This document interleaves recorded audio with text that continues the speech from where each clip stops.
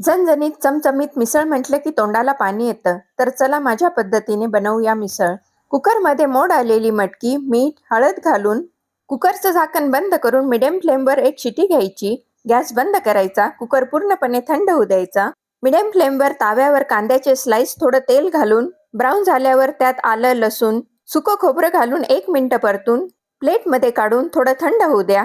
त्यात डाळ्या, कोथिंबीर घालून मिक्सरच्या भांड्यात भाजलेला मसाला, टॅमॅटो, पाणी घालून मिक्सरमधून बारीक पेस्ट बनवून घ्या.